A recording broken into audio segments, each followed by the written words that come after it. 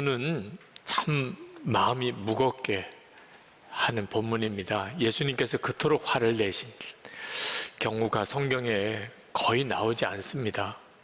오늘 본문 속의 예수님은 그렇게 화를 내실 수가 있을까 싶은 모습으로 우리에게 다가옵니다.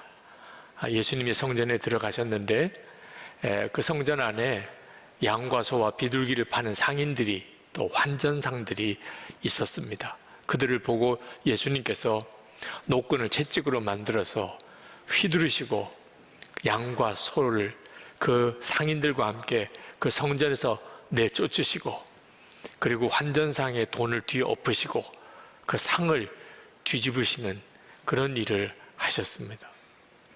도대체 예수님이 왜 이렇게 화가 나신 거죠? 예수님은 어떤 죄인도 다 받아주셨습니다.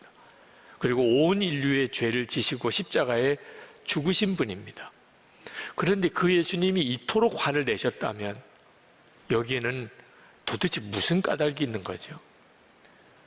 우리가 오늘 본문 말씀이 좀 마음 무겁게 다가오고 또 부담스럽기도 하지만 예수님이 도대체 왜 이렇게 화를 내신 것인지를 우리가 분명히 알아야 될 이유가 있습니다. 우리도 그럴 수 있기 때문에 그렇습니다. 예수님이 도대체 왜 이렇게 화를 내신 걸까요? 그냥 아주 쉽게 간단히 여러분이 잊어버리지 않도록 먼저 말씀을 드리자면, 겉과 속이 다른 신앙생활에 대하여 화를 내신 겁니다. 지금 예수님이 뒤집어 엎으시고 내어 쫓으셨던 이 소와 양, 비둘기를 파는 상인들은 다 하나님 제사를 잘 드리자고 도와주는 사람들입니다. 하나님께 제사 드릴 때 그 흠없는 양과 소, 비둘기를 가지고 제사를 드렸는데, 아주 멀리 사는 사람이 그 양과 소와 비둘기를 가지고 그 예루살렘까지 오는 동안에 그 짐승들이 온전하기가 보장이 없잖아요. 그러니까 성전 뜰에서 그저 돈만 가지고 오면 잘 관리된 재물을 파는 거예요. 그러면 그 재물을 바치면 하나님께 제사 드릴 수 있잖아요. 성전세를 내야 되는데 전 세계에 흩어져 있는 사람들이 자기 살던 곳에 쓰던 돈 가지고 오면 환전해 주어야 성전세 바칠 수 있잖아요. 하나님께 제사 잘 드리게 하자고 도와주는 일들이었습니다. 처음에는 그랬던 거죠. 그런데 문제는 겉으로만 그런 거지 속으로는 탐심이 가득해서 다 욕심으로 돈을 벌려는 목적으로 그리하고 있었던 겁니다.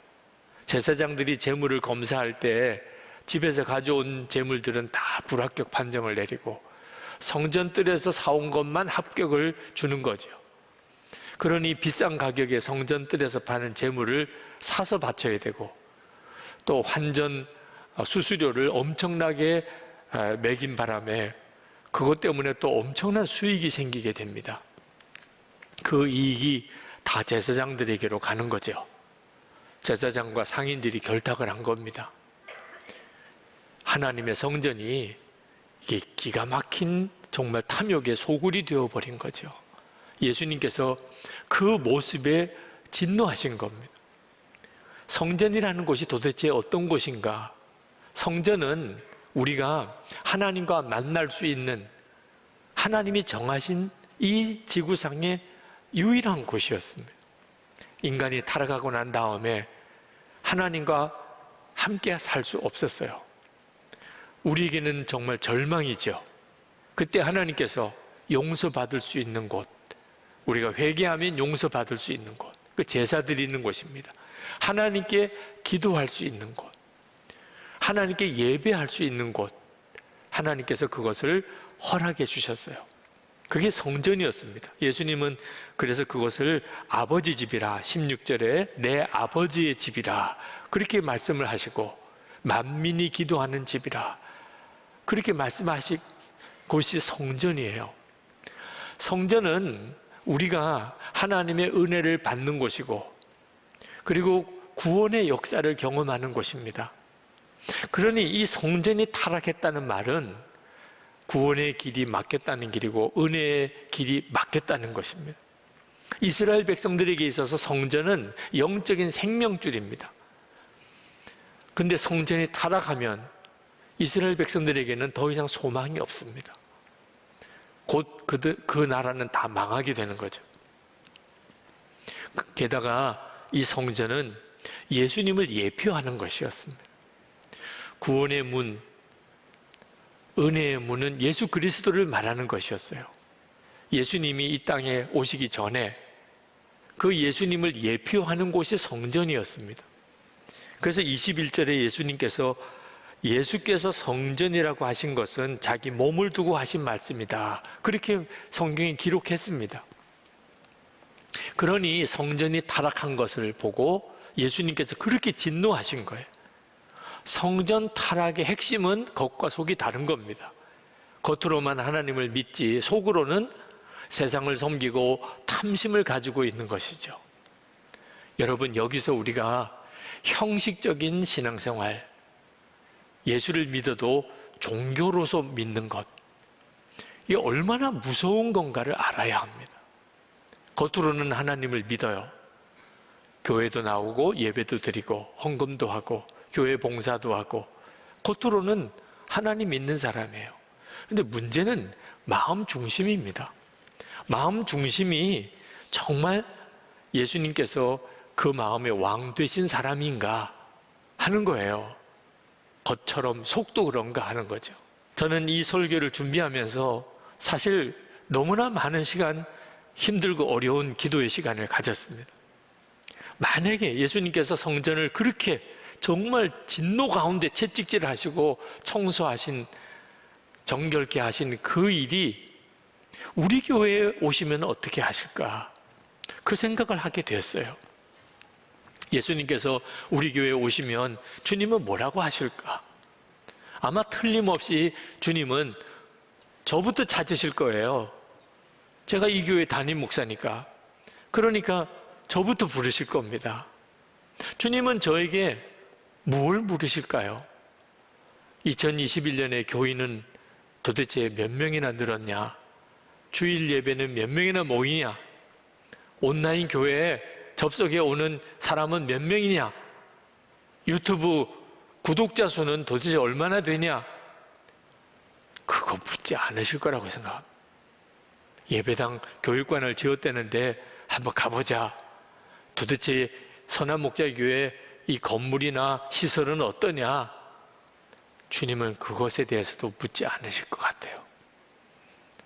이 교회에 여러 좋은 목회 프로그램이 있다던데, 뭐 행사가 있다던데, 주님은 그것 때문에 감동을 받거나 하지도 않으실 것 같아요. 주님은 담임 목사인 저를 불러다가 주님은 확인하시는 것이 저와 주님과만 알고 있는 그 기도, 여러분들이 제 기도를 다 아실 수 없으시죠. 그러나 주님은 아시잖아요.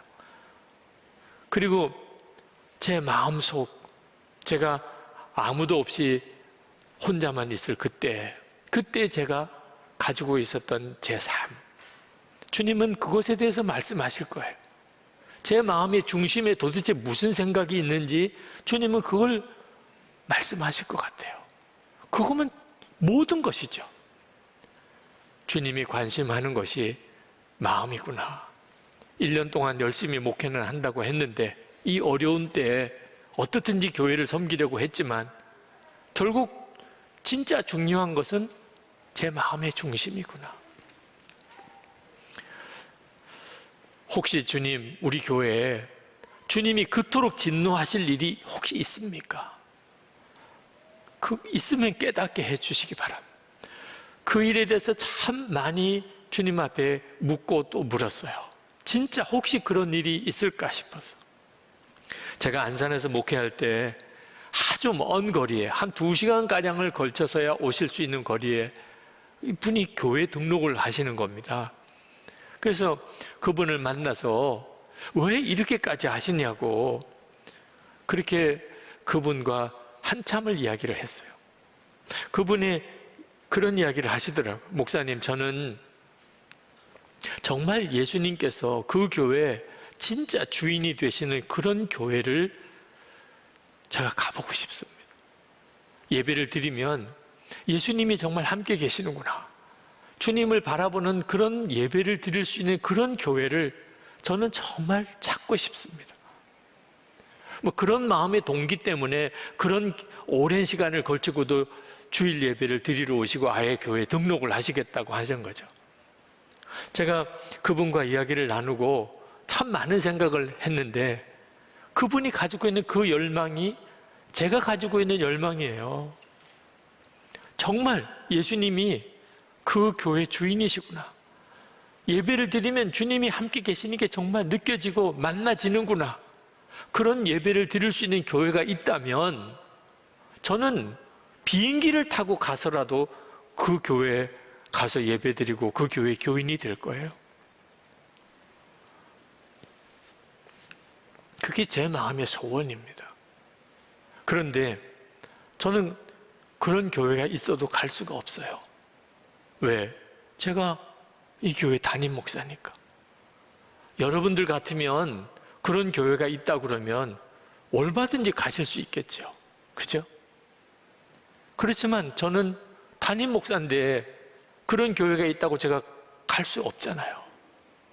그러니 저에게 있어서는 길이 하나밖에 없어요. 제가 목회하는 교회를 예수님이 주인이신 교회로 세우는 것. 예배를 드리면 예수님이 함께 계시는 정말 예수님이 느껴지는 그런 예배를 드리는 것 외에는 저에게는 그런 가능성이 없다니까요. 그게 제 마음의 갈망이고 그렇게 정말 교회를 세우고 싶었어요. 여러분, 이것은 여러분의 소원이 되었으면 좋겠어요. 그저 교회를 찾아서 와서 예배만 드리고 가는 게 아니고 예수님이 진짜 주인이신 그 교회, 겉으로만 예수님의 교회가 아니고 진짜 예수님이 주인 되시는 교회, 예배를 드리면 예수님을 정말 만나게 되는 그런 예배를 드리는 교회를 세워가는 일을 여러분의 마음의 갈망을 가지고 한번 그렇게 세워갔으면 좋겠어요. 교회 찾아다니지 마시기 바랍니다. 교회 찾아다니는 것보다 더 빠르고 더 정확한 길은 여러분이 그런 교회를 세우는 거예요. 여러분이 지금 섬기는 그 공동체를 진짜 예수님이 주인이시고 그리고 예수님과 함께하는 그런 교회를 세우는 거라니까요. 여러분, 이제는 예수님보다도 사람을 더 내세우는 일은 하지 않아야 됩니다. 그건 정말 교회를 완전히 망가뜨리는 거예요. 그러려면 주님을 진짜 바라보아야 됩니다. 여러분 모두가 다 주님을 바라보아야 돼요. 여러분 교회 안에 자기를 드러내고 자기를 주장하고 자기 의견을 고집하는 일, 그게 얼마나 무서운 건가를 알아야 돼요. 교회는 예수님 뜻대로 돼야 되는 교회예요. 직분, 귀한 일이에요. 교회에서 허락한 직분이 다 귀합니다. 그러나 절대로 자랑할 건 아닙니다. 그것 때문에 교만할 것도 아니고 내세울 것도 아니고, 직분은 전적으로 종인 거지, 섬기는 거지. 직분 드러내고 자랑하면 주님 앞에 갔을 때 그는 얼굴 들지 못할 거예요. 교회 건물 자랑하고 시설 자랑하고 프로그램 자랑하고, 그 진짜 바보 같은 일이에요. 예수님께서 이 성전을 허물어라, 그러면 내가 사흘 만에 다시 세우겠다, 그렇게 말씀하셨어요. 46년에 걸쳐 지은 헤롯 성전, 우리 주님의 눈에 보기에는 그건 진짜 아무것도 아니었어요. 그런데 정말 마음의 중심이 영적인 눈이 뜨이지 않은 사람들 눈에 보기에는 큰 건물, 화려한 시설, 많은 교인들, 그게 그렇게 커 보이는 거죠. 진짜 생명을 잃어버렸다는 증거예요. 우리가 교회를 교회답게, 성전을 성전답게 세우는 비밀이 뭘까요? 어떻게 하면 그런 교회를 세울 수 있을까요? 아주 간단합니다. 무슨 목회자 신임 투표 제도를 만들고 교회 규정을 엄격하게 만들고 어떤 감시 기구를 만들고 그래서 되는 게 아니에요.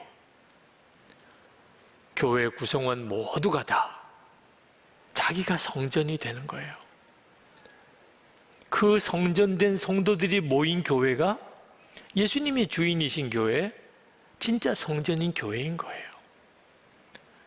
우리가 그냥 쉽게 예배당을 성전 이렇게 부릅니다. 예배당 건축을 성전 건축이라 이렇게 표현하기도 합니다. 그러나 이제는 용어를 좀 정확하게 할 필요도 있습니다. 건물로서의 예배당인 거죠. 성전은 예수님, 주님이 성전이시고 그리고 그 예수님을 영접한 우리가 성전인 거예요. 우리 한 사람 한 사람이 성전이에요.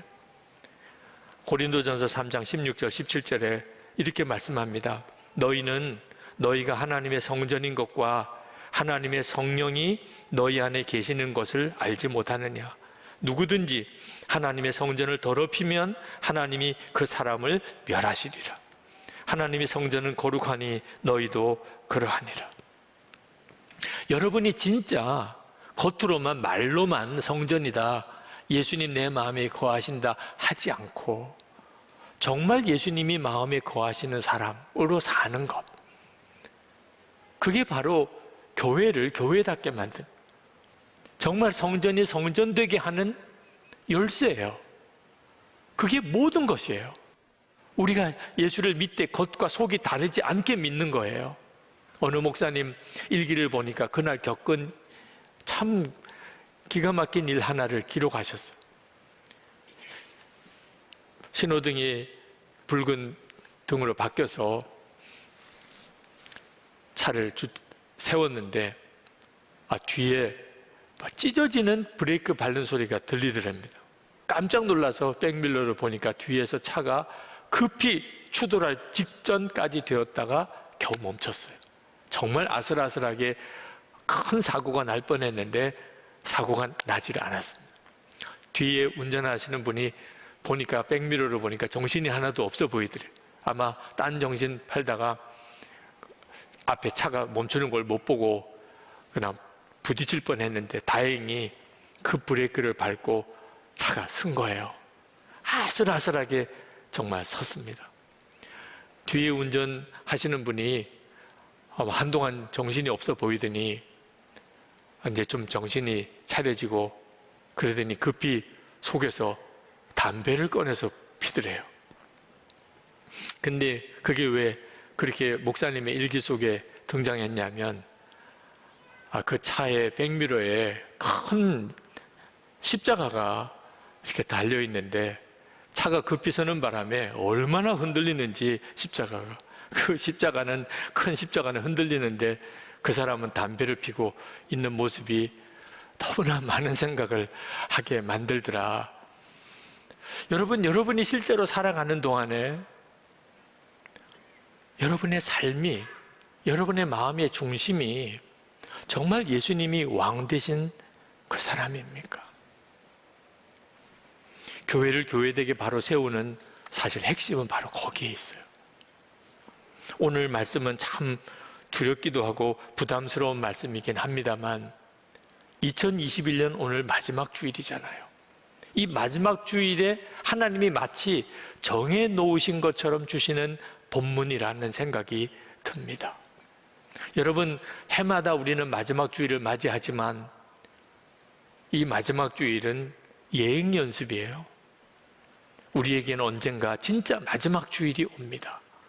이제는 주님 앞에 대면해서 서야 될 바로 직전에 마지막 날이 우리에게는 반드시 옵니다.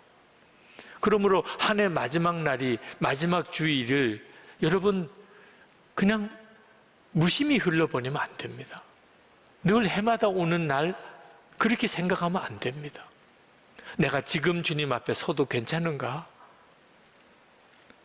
내가 하나님의 성전이라고 고백은 했지만 실제로 성전된 삶을 살지 않았다면 여러분 오늘 이 문제는 분명하게 해결해야 하는 겁니다.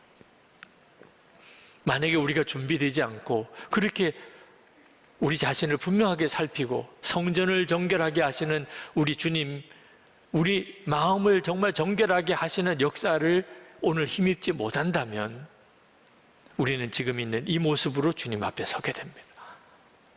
그보다 두려운 일은 없을 거예요. 목사님, 저는 술을 마시고 방탕하게 살거나 세상에 온갖 죄를 짓거나 은밀한 죄에 빠져 살거나, 주님, 저는 그렇게 살지는 않았습니다. 그래도 열심히 신앙생활 하려고 애를 썼고 교회도 잘 다니고 예배도 드리고 했습니다. 잘하셨어요. 그러나 여러분이 진짜 겉과 속이 다르지 않은 믿음인지는 좀 분명하게 점검을 해야 합니다. 여러분이 진짜 성전된 자로 사셨는지, 여러분의 속은 괜찮은지 한 4가지 질문만 한번 해보겠습니다. 여러분, 원수도 사랑하게 됐습니까? 예수님 십자가의 그 보혈의 은혜로 내 죄 사함 받았다고 그렇게 고백하는 고백이 진짜라면 그러면 원수도 사랑하게 된 거죠. 여러분, 이제는 더 이상 두려워하거나 염려하는 것이 없어졌습니까? 그렇지 않다면 여러분은 죽은 믿음이에요. 하나님 나 사랑하신다고 100번 믿어봐야 뭐합니까? 하나님 나 사랑하신다. 여러분, 은밀히 짓는 죄 이제는 다 그쳤습니까? 그렇지 않다면 예수님 내 마음에 계시다고 믿는 믿음이 그게 다 죽은 믿음이에요. 여러분, 이제는 내가 세상 것 더 이상 구하지 않고 하나님 나라 위에 고난당하는 것이 오히려 기쁨입니다. 이런 고백이 되십니까? 그렇지 않다면 하나님의 나라를 믿는 믿음은 다 거짓인 거예요. 겉다르고 속다른 믿음. 하나님 나 사랑하신다. 예수님 때문에 나 모든 죄 사함 받았다. 예수님은 내 안에 거하신다. 하나님의 나라가 있음을 믿는다. 말한다고 그게 믿는 겁니까? 겉으로 보기에는 완벽하지만 그 마음 속을 보면은 완전히 반대예요. 이런 믿음이 두려운 거예요. 예수님이 그때 당시에 성전을 보고 그토록 진노하신 것이 바로 겉다르고 속다른 믿음이었기 때문입니다. 그러나 이 시간에 여러분을 두렵게 하려고 이 말씀을 드리는 게 아니에요. 사실은 원통할 일이에요. 왜? 우리가 그런 은혜를 받았거든요. 우리의 속에 예수님이 거하시고 우리가 진짜 성된 자로 사는 은혜를 받았거든요. 그런데 그 은혜를 받았는데, 그 엄청난 은혜를 받았는데 실제로 누리지 못하고 있다는 뜻이잖아요. 그러니 이건 진짜 원통할 일이죠. 정말 가슴을 치고 하나님 앞에 나가, 하나님 제게 은혜를 주셨으면 누리게 해달라고 그렇게 기도해야 되는 거잖아요. 마틴 루터가 하나님을 실제로 만나지 못한 사람은 하나님이 자기를 힘들게 하는, 대적하는 분으로 여긴다, 그런 말을 했어요. 실제로 두려워하는 종의 영을 가진 성도들이 꽤 많습니다. 하나님은 인색한 분, 하나님 까다로운 분, 하나님은 두려운 분, 하나님은 가까이에게 너무 먼 분. 왜 그렇게 믿고 있는 거죠? 실제로 주님을 못 만나서 그런 거예요. 주님을 만나고 나면 하나님은 정말 놀라운 사랑의 하나님이시고 두려울 게 염려가 없어지고 삶 전체가 바뀝니다. 그러므로 여러분, 오늘 이제 형식적인 종교 생활을 하던 생활에서 완전히 벗어나게 되기를 바랍니다. 여러분, 하실 일은 딱 3가지예요. 하나는 예수님이 진짜 마음에 계신 것을 믿는 거예요. 예수님이 나와 함께 계시다. 어느 순간에나 그 사실을 믿는 거예요. 2번째는 예수님의 말씀이라 그러면 무조건 순종하는 거예요. 예수님의 말씀이다 그러면 무조건 순종해요. 3번째, 성령의 하나 되신 것이 반드시 지키는 거예요. 성령의 하나 되게, 가정에서나 교회에서나 어디서나 성령의 하나 되게 하시는 것을 반드시 지키는 거예요. 그러면 여러분은 비로소 여러분의 중심이 성전된 삶을 살게 됩니다. 그리고 여러분들이 모인 교회는 예수님의 교회가 돼요. 구원의 방주가 됩니다. 그 은혜가 여러분에게 있기를 진심으로 축복합니다.